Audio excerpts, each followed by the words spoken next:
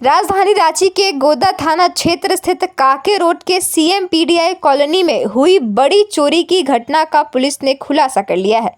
इस मामले में पुलिस ने पति पत्नी को गिरफ्तार किया है। इनके नाम विकास बहादुर और कविता शर्मा बताए गए। कविता शर्मा भी सीएमपीडीआई में ही नौकरी करती है। दोनों की निशानदेही पर चोरी किए गए करीब 26 लाख रुपए के सोने और हीरे के गहनों को बरामद कर जब्त कर लिया गया है। इस बात का खुलासा आज डीआईजी सह रांची पुलिस कप्तान चंदन कुमार सिन्हा ने किया। एसएसपी ने मीडिया को बताया कि सीएमपीडीआई कॉलोनी में रहने वाली करीब 30 साल की रानी कुमारी ने बीते 7 मई को गोदा थाना क्षेत्र में चोरी की प्राथमिकी अज्ञात के खिलाफ दर्ज कराई थी। रानी ने पुलिस को बताया था कि उसके घर से सोने और हीरे के गहने गायब हैं। मामले की गंभीरता को देखते हुए सदर डीएसपी संजीव बेसरा की देखरेख और गोदा थानेदार अभय कुमार सिन्हा की अगुवाई में एक एसआईटी का गठन किया गया।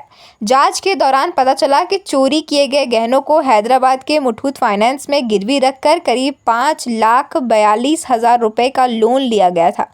हैदराबाद में छापेमारी कर पुलिस ने गहनों को बरामद किया और फिर आरोपी विकास बहादुर की निशानदेही पर रांची में फिर से छापेमारी की गई। इसमें चोरी के गहनों का बड़ा हिस्सा सीएमपीडीआई कार्यालय में रखी अलमारी से बरामद हुआ। आरोपी कविता शर्मा ने गहनों को चोरी कर अपने दफ्तर की अलमारी में छिपा कर रखा था।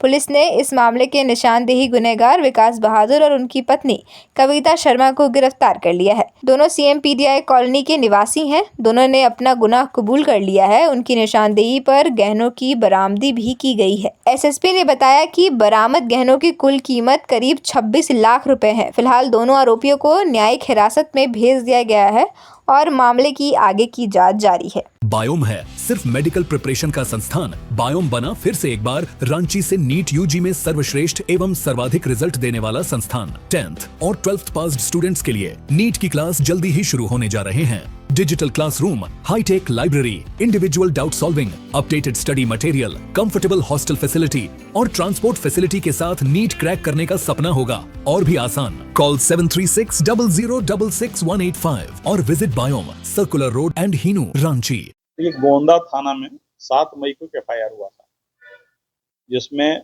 जो रानी कुमारी है, जो सीएमपीडीआई की स्टाफ है, उनके घर से चोरी हुई थी सोने के गहने की सब।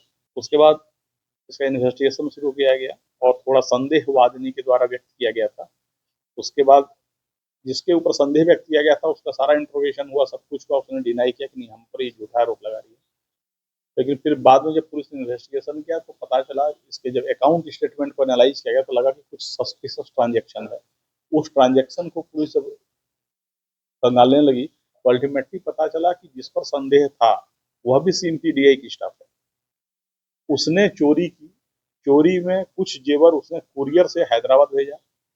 हैदराबाद के एक आदमी को उस जेवर के आधार पर लोन दिलवाया और उस लोन का पैसा वापस भी ट्रांसफर आया। और वह लोन का भी जो पैसा ट्रांसफर हुआ वो भी 4-5 चैनल से। वो जो है मोटा आनंद ने लोन लिया मुथूट फाइनेंस में, गोल्ड लोन।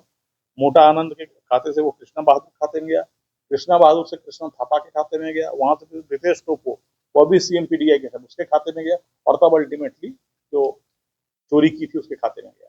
तो बहुत ही मेहनत करके इन लोगों ने फिर इस जेवर का फर्जी बिल नेपाल में बनाया गया। इन सारे बिंदुओं का पुलिस ने जो है इन्वेस्टिगेशन किया और सबसे बड़ी बात यह है कि 328 ग्राम सोने की चोरी हुई थी, सारा का सोना बरामद हो गया।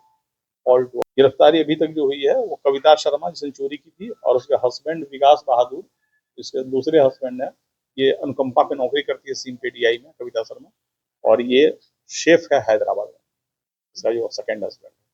ये दोनों भी अरेस्ट हुए हैं। बाकी जिन लोगों ने पैसे को ट्रांसफर करने में दिया है उसकी छापेमारी चल रही है, क्योंकि इसने फर्जी बिल बनाया था नेपाल से। तो वो सारा कुछ इन्वेस्टिगेशन में सारा क्लियर हुआ और है क्या कि सारा का सारा सोना रिकवर हुआ। और एक ने जो सामान्य चोरी को उसने बड़े ही लेयर में कुरियर से कुछ गोल्ड को भेज देना, उससे लोन ले, लोन चौथा आदमी ले रहा है और चौथे से तीसरे दूसरे होते हुए चोर तक पहुंच रहा है। ये बड़ा ही एक शातिराना अंदाज में इस महिला ने काम किया और उसके हस्बैंड